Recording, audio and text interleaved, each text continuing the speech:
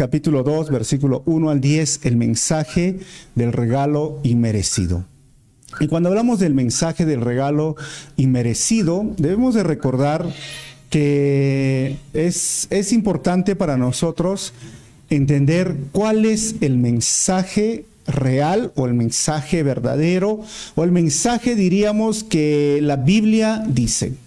Es muy importante que nosotros aprendamos a definir nuestra fe no en base a la interpretación que podríamos hacer de algún versículo, sino en base a lo que la Biblia dice. Pero ahí va el conflicto, ¿no? Porque algunos dicen, pero hay temas que son tan claros en la Biblia que no necesitamos ya más interpretación. Y hay temas, mejor dicho, que dicen son blanco y negro. Pero hay temas que son, como diríamos, medio plomo gris.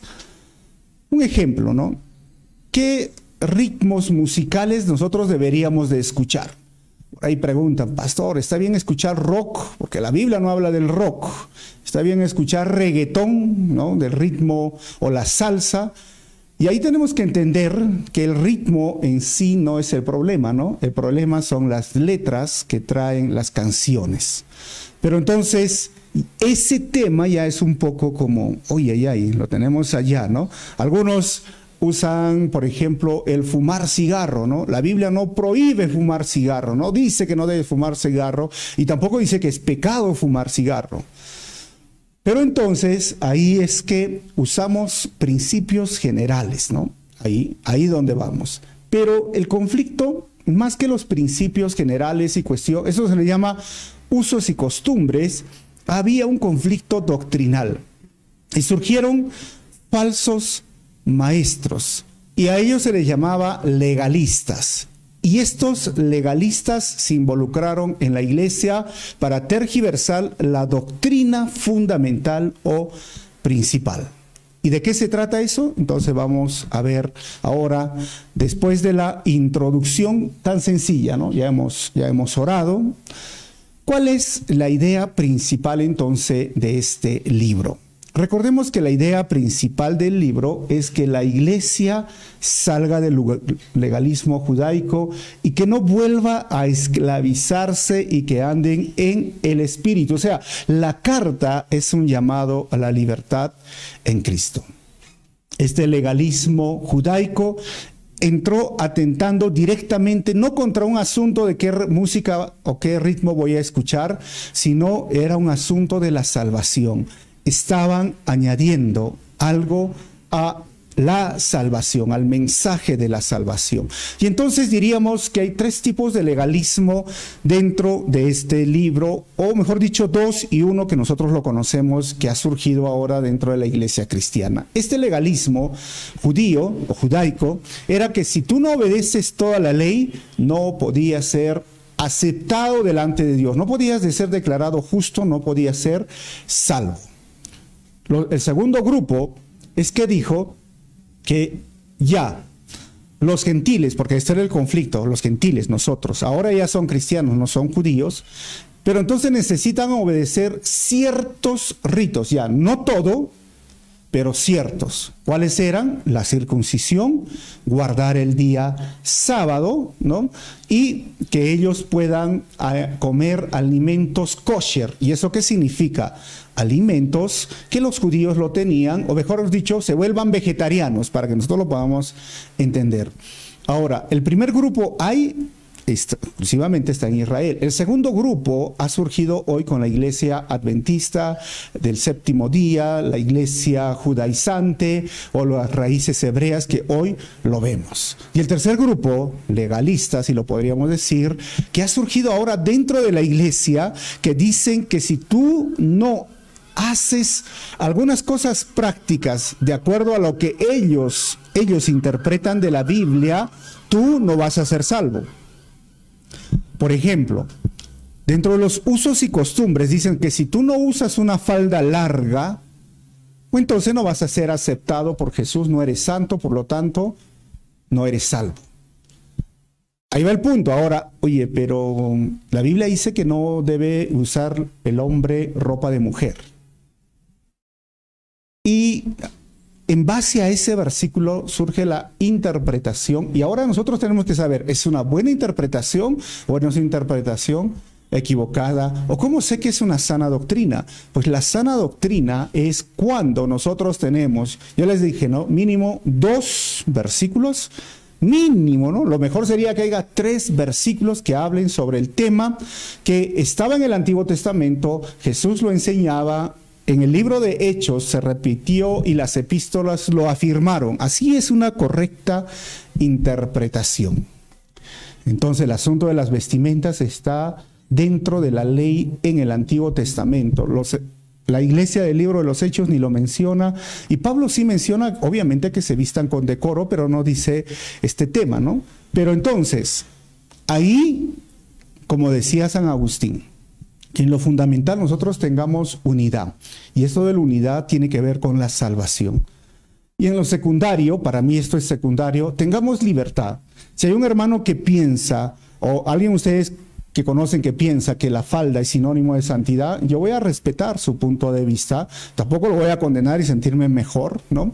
Pero no debería tampoco sentirme condenado si mi esposa no usa falda larga, ¿no? O sea, ¿me entienden? En ese tengamos libertad, seamos flexibles en ese punto, ¿no? Porque por ahí surge, ¿no? Que los pastores tienen que enseñar con corbata, pero ese es un tema de usos y formas, ¿no?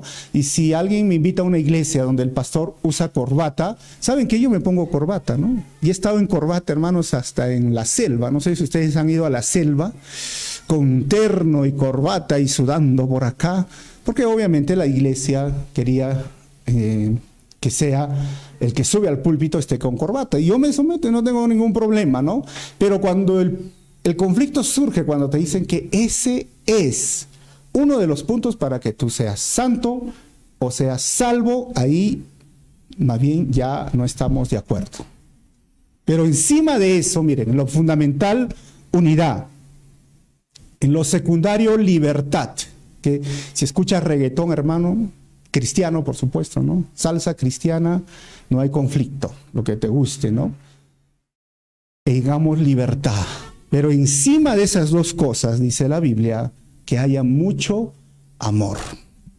En la Biblia no, San Agustín, que haya mucho amor. Y ahora el tema era aquí, que vinieron falsos maestros a tratar de decir a nosotros los gentiles, necesitan hacer algo más. Así que el bosquejo de hoy habrá el mensaje predicado por Pablo. ¿Cuál es el mensaje predicado por Pablo? Vamos a ver de la gracia, y esto va a estar del versículo 1 al 10, y a medida que yo avanzo salen las divisiones de cada párrafo. Por ejemplo, del 1 al 2, el mensaje predicado por Pablo es presentado en Jerusalén. Dice el versículo 1: luego, 14 años más tarde, regresé a Jerusalén, y esta vez con Bernabé y Tito también vine. Pablo nos enseña aquí, primeramente, un asunto cronológico, la Biblia. 14 años, ¿no? Pasaron 14 años, y ahora Bernabé y Tito. Estas visitas de Pablo, por ejemplo, si hacemos un estudio cronológico, Pablo se habría convertido más o menos entre el año 35 después de Cristo. Y esos 14 años son desde el momento de su conversión. Y este viaje a Jerusalén, recuerden que no era el primero. ¿Por qué? Porque su primer viaje a Jerusalén fue alrededor del año 38 después de Cristo, y esto lo dice Hechos 9, 26 al 30, que esto nosotros ya lo hemos estudiado. ¿Y qué otros viajes hubo? Por ejemplo, en el año 44 después de Cristo, en Hechos 11, 29 al 30, y Gálatas 2, lo que estamos viendo. El año 49 al 50, Hechos 15, el año 52, Hechos 18, 22, donde la iglesia que se refiere es la iglesia de Jerusalén, y el año 57 en Hechos 21. O sea, Hechos menciona 5 visitas de Pablo. 5 visitas, exactamente. Gálatas menciona solo 2, y Pablo dice que subió 14 años después con 2 compañeros, tanto Bernabé como Tito. ¿Quién era Bernabé y quién era Tito? Es muy interesante para nuestro estudio. La palabra Bernabé, o su nombre, significaba consolador o hijo de consolación. Recuerden que Bernabé sí era un judío, o sea, era un levita que creció en Chipre, en esta isla, y era líder de la iglesia primitiva en Jerusalén. Y él fue hasta Tarso, donde estaba Pablo recibiendo esta revelación del Señor, y buscó a Pablo para que lo ayudara en el trabajo de Antioquía. Luego arman un equipo y es amigo y compañero misionero de Pablo en su primer viaje misionero. En el segundo, ustedes saben que tuvieron discusiones o problemas y estuvieron de acuerdo, que no estaban de acuerdo y se separaron. Eusebio, es interesante que Eusebio dice que fue uno de los 70 en Lucas 10. ¿Se acuerdan que Jesús envió 70 discípulos? Bueno, eso lo dice Eusebio. Ahora, si él es judío, ¿qué se menciona de Tito? Tito era uno de los ayudantes muy fieles de Pablo, y en 2 Corintios 8:23 lo vemos, pero Pablo lo delegó a lugares difíciles como Corinto, una iglesia problemática, una iglesia difícil, pero también a Creta. Tanto así que a Creta los cretenses eran, uy Dios mío, terribles, ¿ah? Ahí estaba Tito. Y Pablo escribió una vez una carta a Tito, y él era completamente un gentil y no mitad gentil como Timoteo. Tito nunca fue mencionado por nombre en el libro de los Hechos. ¿Y saben por qué? Porque Sir William Ramsay o Sir William Robertson dijeron que especulaban que Tito era el hermano de Lucas. Por lo tanto, por una cuestión de simplemente decir, pues que no haya mucho favoritismo en su hermano, no lo menciona mucho en el libro de Hechos. Así que va con este gentil. ¿A dónde? A Jerusalén, donde estaba el conflicto. Versículo 2, fui a Jerusalén porque Dios me reveló que debía hacerlo durante mi tiempo allí. Me reuní en privado con los que eran reconocidos como los dirigentes de la iglesia y les presenté el mensaje que predico a los gentiles. Quería asegurarme de que estábamos de acuerdo porque temía que todos mis esfuerzos hubieran sido inútiles y que estaba corriendo la carrera en vano. Ahora, Pablo cuando va a Jerusalén, primero dice lo hace por una revelación, pero él quería saber si estaba o no estaba bien el mensaje que predicaba. ¿Y cuál era el problema con el mensaje? Pues en ese tiempo estos falsos maestros empezaron a negar que Pablo era un verdadero apóstol y que su mensaje no era un verdadero mensaje, por lo tanto. ¿Y por qué decían esto? Porque estos judaizantes querían que los gentiles se circunciden. Y como no se circuncidaban, al final dijeron, este es un falso apóstol. Querían de esta forma presionarlo a que enseñe a los gentiles a circuncidarse. Ahora, en Hechos capítulo 13, el versículo 12, nos dice cómo es que recibió su revelación, ¿no? Porque dice, cierto día, mientras estos hombres adoraban al Señor y ayunaban, y esto es en la iglesia de Antioquía, no Jerusalén, el Espíritu Santo dijo, designen a Bernabé y a Saulo para el trabajo especial al cual los he llamado. Cuando Pablo dice, yo recibí una revelación, no significa que él estaba en constante revelación, como hoy día. Yo le digo esto, ¿no? Porque hay que estudiar la Biblia en su contexto, porque hay personas que piensan que Dios todo lo revela, ¿no? No sé si han encontrado personas que la revelación es algo que tiene que estar en cada momento, y por eso ellos dicen, Dios me habló, Dios me mostró, Dios me dijo, Dios me reveló. Bueno, no negamos esto, pero Pablo nos dice, cuando él recibe esa revelación, fue dado por el Espíritu Santo, pero en una ocasión especial, y es por eso dice, subí y fui a Jerusalén. Ahora, el texto dice, me reuní en privado con los que eran conocidos como los dirigentes de la iglesia y les presenté el mensaje que predico a los gentiles. Pablo va a usar un poquito la sabiduría, pero también un poquito el sarcasmo, ¿no? Dice, les presenté el mensaje que yo predico a los gentiles, porque los falsos maestros usaban el sobreénfasis, diríamos, de los 12 apóstoles en su intento de despreciar a Pablo. Entonces dice, yo fui en privado, pero ¿a quiénes?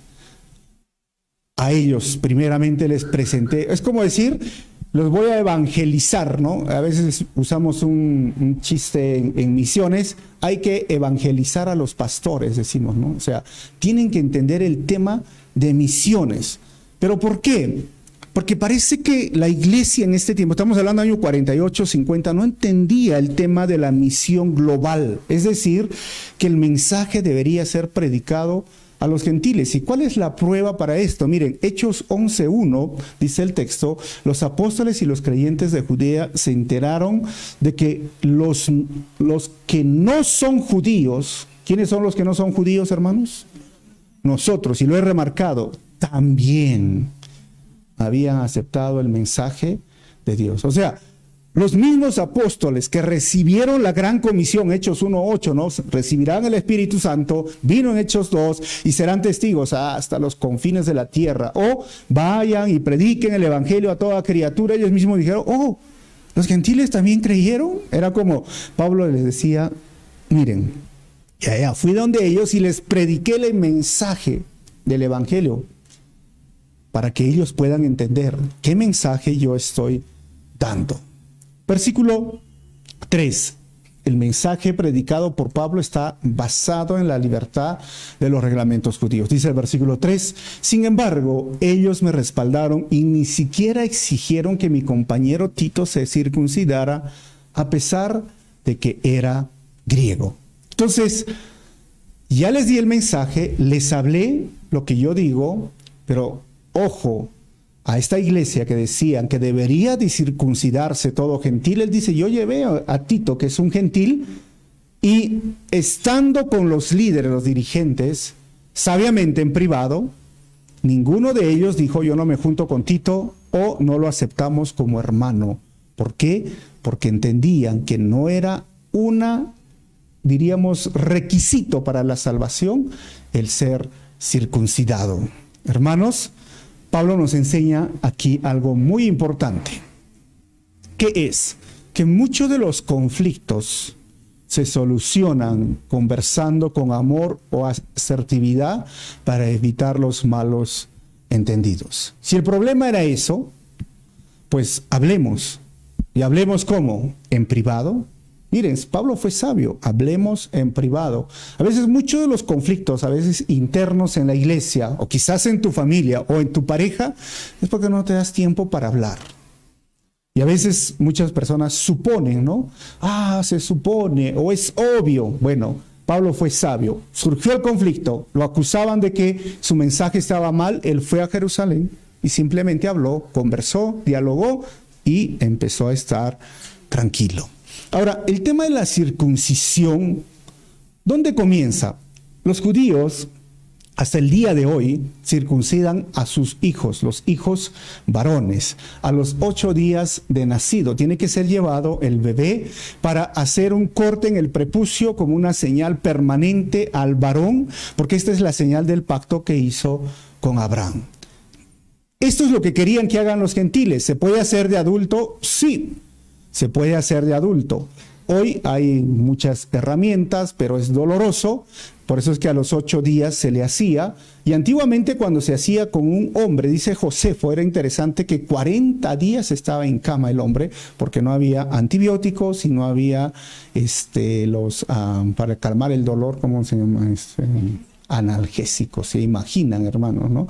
Y querían que los gentiles pasen esto como requisito de salvación. Bueno, ¿qué dice Hechos 15:1 para que recordemos un poco este tema? Dice Hechos 15:1, cuando Pablo y Bernabé estaban en Antioquía de Siria, llegaron unos hombres de Judea, miren, estos eran, y comenzaron a enseñarles a los creyentes, a menos que se circunciden, como exige la ley de Moisés, no podrán ser salvos. Y ahí va el tema principal, porque eso, en la unidad tengamos nosotros, en lo más importante tengamos unidad, y esto era muy importante. Y aquí, con Pablo, lamentablemente, no estaban en unidad estos judíos. Y no podemos estar en unidad con cualquier persona que dice, tienes que circuncidarte para ser salvo. Hechos 15:5, por ejemplo, miren lo que nos dice Hechos 15:5, en el mismo capítulo, ¿no? Pero después algunos creyentes que pertenecían a la secta de los fariseos se pusieron de pie e insistieron. Los convertidos gentiles, voy a ponerme acá un ratito, deben ser circuncidados y hay que exigirles que sigan la ley de Moisés. Esto es lo que ellos estaban diciendo. Tienen que seguir la ley de Moisés. Los gentiles. ¿Quiénes son los gentiles, hermanos? Nosotros. tenemos que circuncidarnos, pobres los hombres. Oh, Dios mío, circuncidados. A ellos se los llamaba los judaizantes. Hoy existen los nuevos judaizantes y muchos de ellos son de la iglesia Las Raíces Hebreas, que es una secta que ha surgido. Hoy hay iglesias que dicen, y los nuevos judaizantes, ¿sabes cómo son? Que dicen que tienes que vestirte como judío, como hebreo, que tienes que cambiarte el nombre, que tienes que empezar a ser vegetariano. Olvídate del cuy chactao, hermano, olvídate del chicharroncito, ese chicharrón. No vas a poder comer los mariscos, todo eso. Y tienes que guardar el día sábado. Hoy están en muchas partes en Latinoamérica. Pero nos ayuda, miren qué dice la Biblia en el mismo Gálatas, Pablo, capítulo 5, versículos 5 al 6. Dice, sin embargo, los que vivimos por el Espíritu, nosotros esperamos con anhelo recibir por la fe la justicia que Dios nos ha prometido. Pues, una vez que depositamos nuestra fe en Cristo Jesús, de nada sirve estar o no circuncidado. ¿Cuántos han depositado su fe en Cristo, hermanos, aquí? Amén. Amén. Entonces, ¿de qué sirve? De nada sirve. Lo importante es la fe que se expresa por medio del amor. Ahora, la pregunta, porque siempre hay alguien, ¿no? Entonces, ¿necesitamos circuncidarnos para ser salvos y aceptados por Jesucristo? La respuesta es sencilla. No. No lo necesitas. Y te lo reafirmo con Gálatas 6. El mismo Gálatas dice, no importa si fuimos o no circuncidados. ¿Qué es lo que importa? Lo que importa es que hayamos sido transformados en una creación nueva. Eso es. Si tú y yo ya somos nuevas criaturas, no necesitamos circuncidarnos. Pero qué interesante es que estos falsos maestros quieren poner ciertos ritos y volver a esclavizar a la iglesia. Hermanos, los ritos o ceremonias religiosas no pueden salvar al pecador, porque el mensaje de la reforma fue y siempre será hasta el día de hoy, solo la fe, solo Cristo, solo la gracia, solo la palabra y toda la gloria sea para Dios. Cuando alguien venga y te diga, oye, necesitas cortarte el cabello de cierta forma para ser salvo, santo o aceptado al Señor, no incluye en el mensaje de salvación. Oye, necesitas hacer esto, lo otro no incluye. Necesitas ir, por tanto, a 7 iglesias, necesitas hacer un peregrinaje a tal cerro, no incluye. Los ritos o ceremonias religiosas no pueden salvar al pecador. ¿Pero qué es lo que salva? Solo la fe, solo Cristo. Solo la gracia, solo la palabra y toda la gloria sea para Dios. Amén, hermanos. Amén. Versículo 4. Incluso, dice Pablo, esa cuestión surgió de la circuncisión solo a causa de unos supuestos. O sea, ojo, en la iglesia de Galacia había supuestos creyentes. ¿Y qué piensan el día de hoy, no? En realidad, falsos que se habían infiltrado entre nosotros, se metieron en secreto para espiarnos y privarnos de la libertad que tenemos en Cristo Jesús, pues querían esclavizarnos y obligarnos a seguir los reglamentos judíos. Y ahí va el tema del legalismo, porque el legalismo dentro de la iglesia evangélica también es lo mismo. Esclavizarte y obligar a seguir ciertos reglamentos. Si bien es cierto los judíos lo hacían, hoy quieren hacer así. Y este tipo de legalismo es triste y peligroso, honestamente, ¿no? Porque es en base a la interpretación de lo que yo digo, digamos, ¿no? Y yo lo que yo pongo. Y si tú no lo haces, tú estás mal. Tú estás, mira, en otro nivel. Y yo me siento superior porque yo soy más santo que tú. ¿Sabían? Es un tipo de legalismo que entra en la iglesia, como dicen, a ver, yo ayuno 40 días, yo ayuno tantos esto, yo hago vigilias, ¿y tú qué haces? Nada, tú duermes, entonces yo soy superior a ti. Yo leo mi Biblia todas las mañanas, ¿y tú qué haces? No lees. Entonces, ¿quién es? Yo soy superior. Tú estás en otro nivel. Miren, poquito a poquito nos olvidamos del mensaje de la gracia y a veces empezamos a actuar como legalistas dentro de la iglesia y a poner normas y a poner formas en las cuales yo tengo que esclavizar. ¿Por qué? Porque la idea es todos nos vamos a uniformar, todos nos vamos a vestir de esta forma y si no se visten de esta forma estamos mal. Tengamos mucho cuidado porque es así de sensible este tema y así de delicado y una línea delgada para cruzar, porque podemos llegar a ser los nuevos legalistas. Y entonces, que si no estamos al agrado de una persona, wow, estamos totalmente mal. Estos judíos querían hacerlos así, pero eran realmente, hermanos, miren, la Biblia dice, unos supuestos creyentes, en realidad falsos. A estos hermanos ya lo menciona en Hechos 15, en 2 Corintios 11, 13 y en 1 Tesalonicenses 2, 14 al 16. Y es interesante cuando dice supuestos creyentes falsos, porque la forma verbal es pasiva. ¿Y esto qué significa? Que estaba implicando que ellos habían infiltrado a propósito a alguien posiblemente. ¿Quién era? Primeramente, los judíos no creyentes pusieron a alguien en la iglesia. Segundo, quizás era uno de las sectas, esos llamados los judaizantes. O tercero, Satanás mismo, por el mismo término falso. Recuerden que Pablo, ¿qué nos dijo? Satanás se disfraza de ángel de luz. Y a veces entra, porque en el griego la palabra que usa es, en el griego koiné, pseudo o pseudadelphus, que vendría a ser un falso hermano. Y ese pseudadelphus se usaba comúnmente para traidores dentro de la ciudad, quienes permitieron a escondidas, hermanos, la entrada del enemigo dentro de la ciudad para reconocer sus defensas. Y eso es lo que usa esta palabra. Entraron encubiertamente. Son supuestos creyentes, en realidad falsos.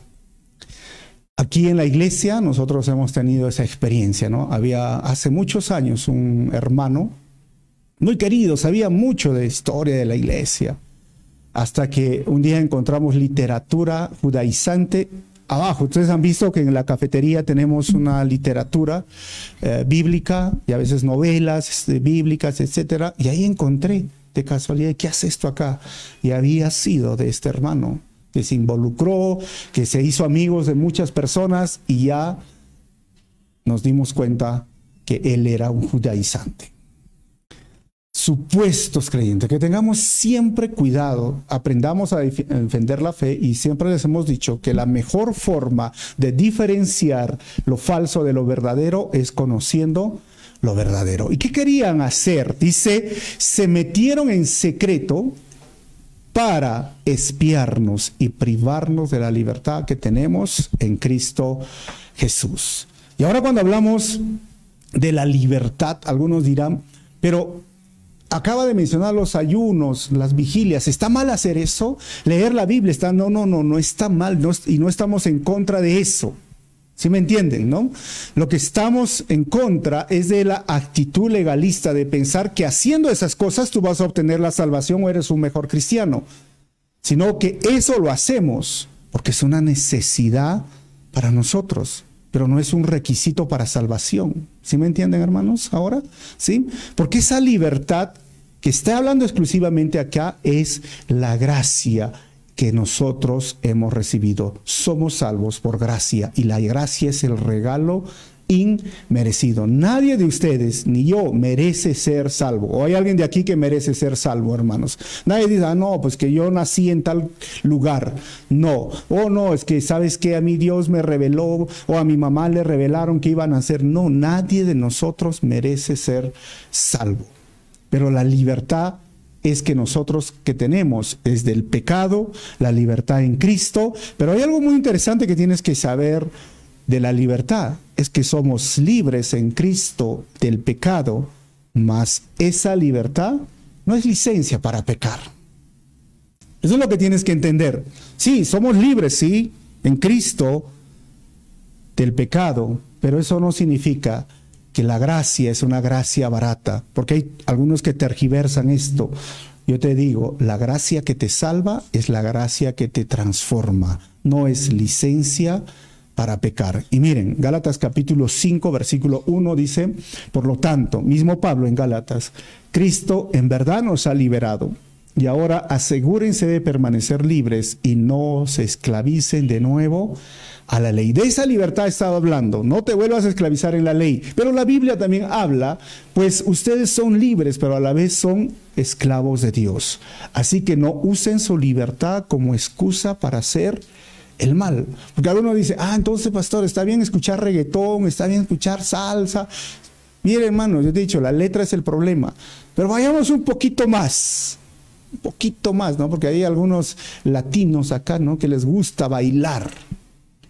¿Está bien bailar o no está bien bailar? Uy, Dios mío. ¿Qué hacemos, hermanos?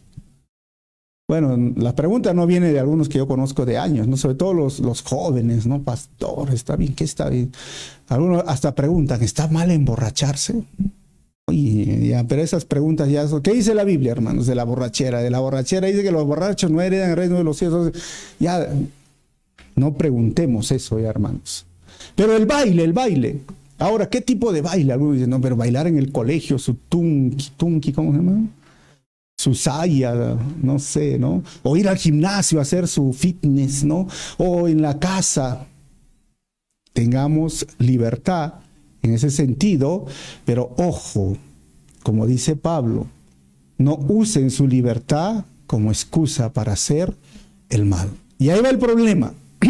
Si alguno me dice, pero yo puedo bailar en una discoteca, en una fiesta, ¿cuál es el sentido de esto, hermanos? Y la Biblia también dice que no nos parezcamos al mundo, que somos un pueblo diferente. Entonces, ahí usamos principios, porque un mandamiento directo que te diga prohibido bailar, no hay, porque inclusive los jóvenes, ¿no? Lo que dice, hay tiempo de bailar, dice la Biblia, pastor. ¿O no dice que hay tiempo de bailar? Sí dice Eclesiastés. Entonces ahí seamos sabios. Sí somos libres, pero como dice Pedro, también somos esclavos de Dios. ¿Cómo es ese que soy libre y a la vez esclavo? Es que a la vez yo tengo que usar mi libertad con responsabilidad. Es como si alguien me preguntara, ¿no? Oye, ¿puedo manejar a los que les gusta la velocidad a 200 por hora? ¿Tú sabes qué es manejar a 200 por hora? Yo te diría, sí, pues puedes manejar, pero ¿es responsable? Hace poco hablaba con un varón, ¿no? Un varón hombre. Estábamos ahí en el carro y dice, ¿no? Lo pongo a 100 por hora. ¿Por qué le estábamos hablando? Porque en la empresa nos dicen que debemos manejar a 100 por hora en carretera. Y ya me he acostumbrado, pero le puse a 120, ¿no? Pero después me acordé que estoy llevando a mi familia y a 100 tengo que ir. Imagínense, ¿eso qué significa? Ser responsable. Pero que puedo ir a 120, 140, 160, 180, 200, pero ¿qué va a pasar? Los que saben manejar. Un descuido pequeño, ¿qué significa? Muerte. ¿Y eso es ser responsable? No, es igual, soy libre, pero a la vez tengo que ser responsable. Y es más, Gálatas capítulo 5, versículo 13 dice, pues ustedes, mis hermanos, han sido a vivir ¿en qué? Ahí está, hermanos, en libertad, pero no usen esa libertad para satisfacer los deseos de la naturaleza pecaminosa. Al contrario, usen la libertad para servirnos unos a otros por amor. Por amor, por el testimonio, por lo que es ser responsable, por lo que es ser sabios. Tengamos mucho cuidado en esta parte secundaria. Si bien estoy diciendo, ¿no? Vuelvo a mencionar lo que dije antes. En lo fundamental tengamos unidad. Solo la fe, solo Cristo, solo la palabra, solo la gracia y la gloria sea para Dios. Amén. Si los judaizantes vienen, dicen, no puedo tener unidad contigo. Pero puedo tener unidad en las cosas secundarias. Si tú me dices el corte de cabello y tú me dices la música, y si hay algunos hermanos que por ahí les gusta hacer su baile, su ritmo, van al gimnasio. Yo no tengo problemas, hermano, ¿no? Hay jóvenes que van acá al gimnasio o hacen su baile típico. Tengamos unidad. pero hay una línea muy, muy delgada, como ya les digo acá, hermanos, de la libertad al libertinaje hay una línea muy delgada. Y si hay una línea muy delgada, porque digo, pues, el pastor ha dicho que puede bailar y me voy a la fiesta. No, hay una línea muy delgada. Yo tengo que estar al borde de la línea. No, para mí, ¿sabes? Yo quiero estar un paso atrás, o más atrás de la línea. ¿Por qué voy a estar ahí? Por amor, los unos a los otros. Porque soy responsable también de la libertad que el Señor me ha dado en esas cosas secundarias. ¿Me entienden, hermanos, o no? Secundarias. Y eso es lo que estaba pasando ahora. Versículo 5. Pero no nos dobleguemos ante ellos ni por un solo instante. O sea, no nos doblegamos, dice, ¿no, Pablo? Queríamos preservar la verdad del mensaje del Evangelio. Para eso es muy interesante. Pablo dice, yo me puse y me mantuve en la libertad. Pero tienes que entender la verdad del mensaje del Evangelio. ¿Y cuál es la verdad del mensaje del Evangelio? Lo que tienes que entender, hermanos, es que la verdad del mensaje del Evangelio es que el hombre fue creado bueno y fue creado por Dios en el jardín del Edén y fue creado con la libertad, y dentro de esa libertad, la libertad de desobedecer o obedecer. ¿Y qué eligió el hombre? El hombre libremente eligió desobedecer. Por lo tanto, al desobedecer vino la expulsión del huerto, las consecuencias del pecado, la muerte entró a la raza humana, y cuando todos pecaron, dice Pablo en Romanos, están destituidos o desechados de la gloria de Dios. Y la buena noticia es que Dios escogió en el Antiguo Testamento a un hombre llamado Abraham, por el medio del cual de su linaje serían benditas todas las familias de la tierra. Y Jesús, siendo Dios, se hizo humano y nació, hermanos, un día en Belén. Creció y vilmente fue torturado, maltratado como un cruel delincuente. ¿Para qué lo hizo? Para que Él sea el sacrificio por tu pecado y por mi pecado. Y al morir por nuestros pecados, nosotros ya no necesitamos morir eternamente, o que sería el lago de fuego, la condenación. Él fue el sustituto tuyo y mío, y ese es el mensaje de verdad. Pero no se queda ahí. Al tercer día, nuestro Señor resucitó, y ese es el mensaje del Evangelio de verdad. El Señor está vivo y hoy estamos con Él. Por eso nos reunimos y lo alabamos y lo adoramos, y solo necesitamos creer en Él, apropiarnos de lo que hizo Jesús en la cruz y decirle: Señor, perdóname y yo tengo vida eterna. Eso es el mensaje. Pablo dice: yo he dado este mensaje de verdad del Evangelio. Entonces, hermanos, la verdad del Evangelio es un mensaje, Jesucristo, una persona, Jesucristo, y ahora un estilo de vida a vivir o imitar, que es Jesucristo. Ese es el mensaje de verdad. No te puedes alejar. Si tú escuchas algo diferente a esto, no es el mensaje del Evangelio, hermanos. Porque el mensaje es una persona, y esa persona es Jesús. Versículos 6 al 8, el mensaje predicado por Pablo es el mismo que fue encargado a Pedro. Dice ahora el versículo 6, los líderes de la iglesia no tenían nada que agregar a lo que yo predicaba. O sea, estamos corroborando. Tú dices una cosa, yo digo otra cosa, pero al final estamos de acuerdo. Y Pablo lo dice así: dicho sea de paso, su fama de grandes líderes a mí no me afectó para nada, porque Dios no tiene favoritos. Es interesante, ¿no? Pablo no es que está menospreciando a los líderes, sino que ellos le daban demasiada importancia, y Pablo tampoco dice: yo soy menor que ellos, sino que todos somos iguales. Y eso es lo maravilloso que trae el mensaje del Evangelio. Todos somos iguales delante de Dios. No hay hombre ni mujer, todos somos iguales en Cristo. ¿O no, hermanos? No hay esclavo ni libre. ¿Eso qué significa? No hay clases sociales, no hay culto ni inculto, no hay ignorante, no, ni muy culto, no. Todos somos iguales delante del Señor, porque para el Señor no hay favoritismos. Tristemente la religión, y diría, ¿no? Y los que añaden al mensaje han puesto ahora ese tipo de favoritismo, ¿no? Esto sale en las redes sociales, que se hacen, ya no les queda chico el nombre pastor, ¿no? Ahora se hacen llamar apóstoles y ahora se hacen llamar querubines.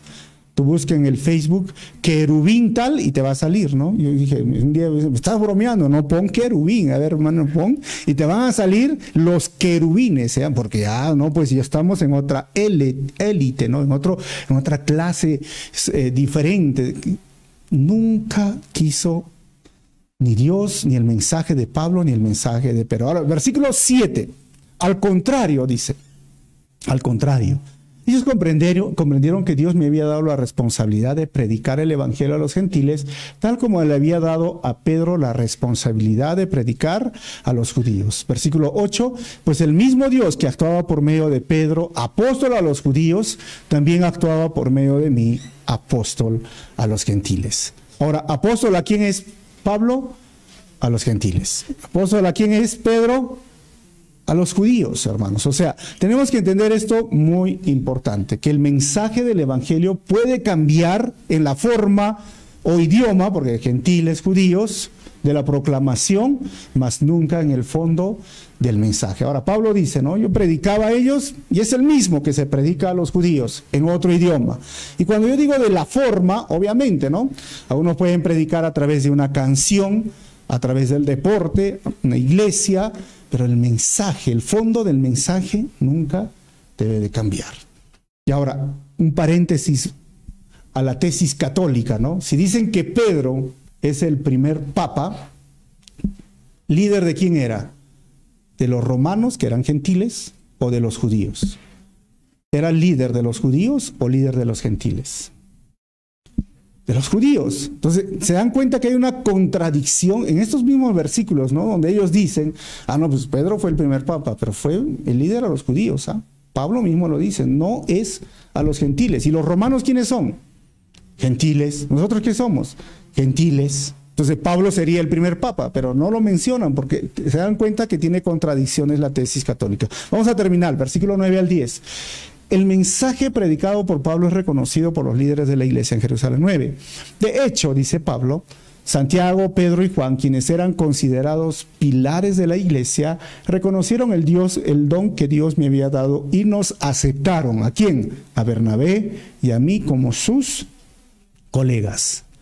Nos animaron a seguir predicando a los gentiles mientras ellos continuaban su tarea. ¿Con quién?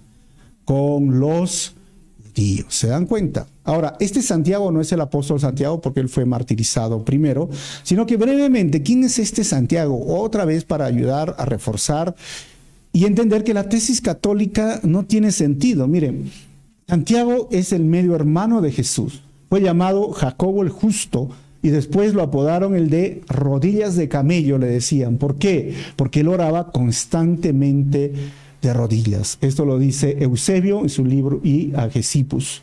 Jacobo no se convirtió hasta después de la resurrección, y eso lo dice 1 Corintios 15, 7. Y él estuvo presente en el cuarto de arriba con los discípulos y probablemente estuvo cuando el Espíritu Santo vino el día de Pentecostés. O sea, ahí estaba ya Santiago. Él estaba casado, como dice 1 Corintios 9:5, y además Pablo se refiere a él como un pilar de la iglesia. Ojo, el hermano o el medio hermano de Jesús, y él fue el que escribió el libro de Santiago. Ahora, Josefo dice que él fue apedreado en el año 62 después de Cristo por órdenes de los saduceos del Sanedrín, que fue en ese año en el libro de Antigüedades de los Judíos. Pero hay algo muy interesante, que otra tradición dice que fue empujado de la pared del templo. Clemente de Alejandría y Agesippus del siglo II lo mencionan en su libro de los escritores. ¿Cómo se relaciona? Esto es interesante, ¿no? Porque al final, los dos tienen razón, porque al final lo empujaron a Santiago de la parte muy alta y dice que no murió y terminaron de matarlo cuando él estaba herido, agonizando, y lo mataron a pedradas a Santiago, el medio hermano del Señor.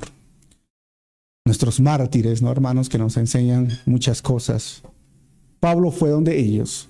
Pablo estuvo con ellos. Y siempre en la iglesia había un medio hermano de Jesús liderando a la iglesia de los judíos. Versículo 10.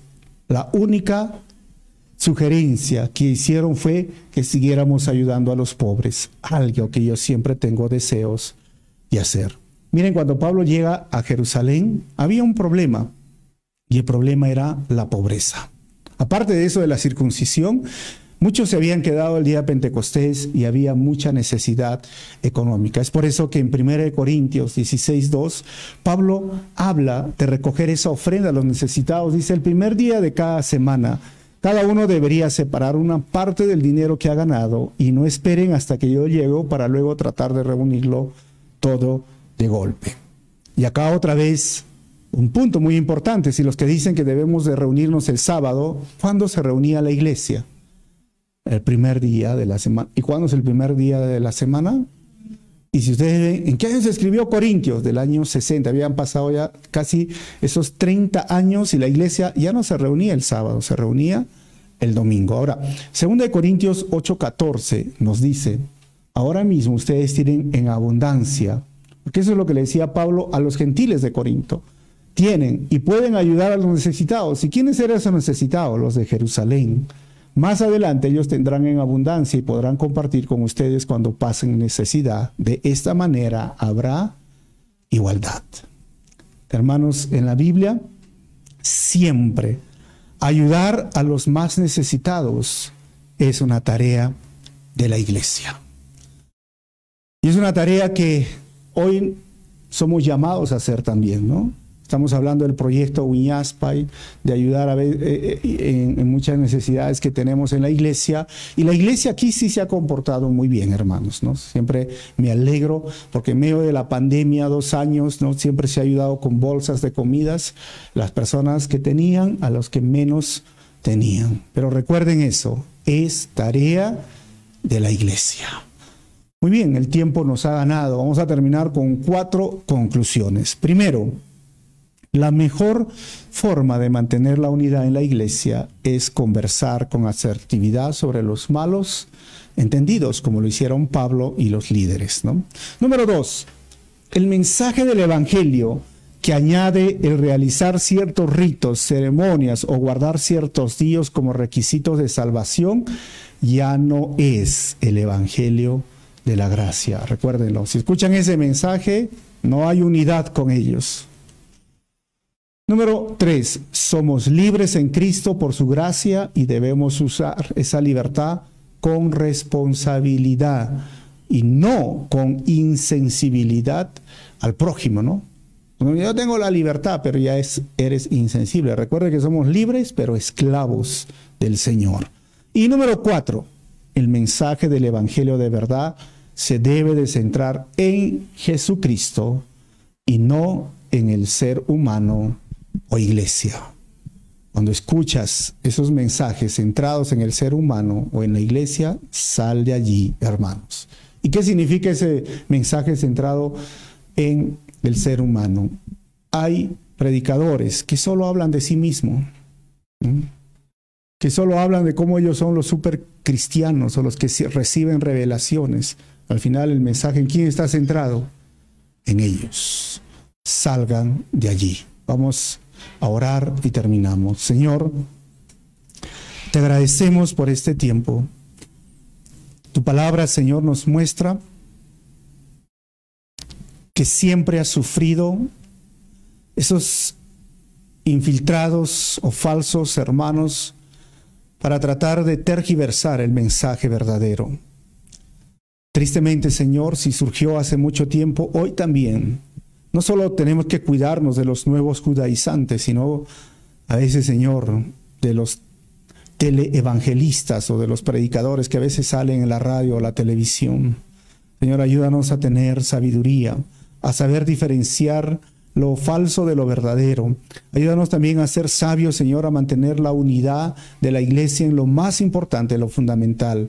Y seamos sabios en discernir, Señor, en lo secundario, que tengamos libertad, Señor, pero mucho amor encima de todo esto.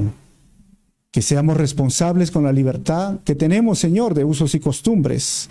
Sí somos libres, Señor, en ti del pecado, pero no somos libres para pecar hoy. Y seamos, Señor, cada uno de nosotros, artífices o constructores, Señor, de este cuerpo, de esta iglesia, Señor, y mantengámonos en unidad y evitemos los malos entendidos. Que tu gracia esté con nosotros siempre, Señor. Gracias por estos versículos. En tu nombre oramos así, Señor. Amén. Dios los bendiga, hermanos, y vamos a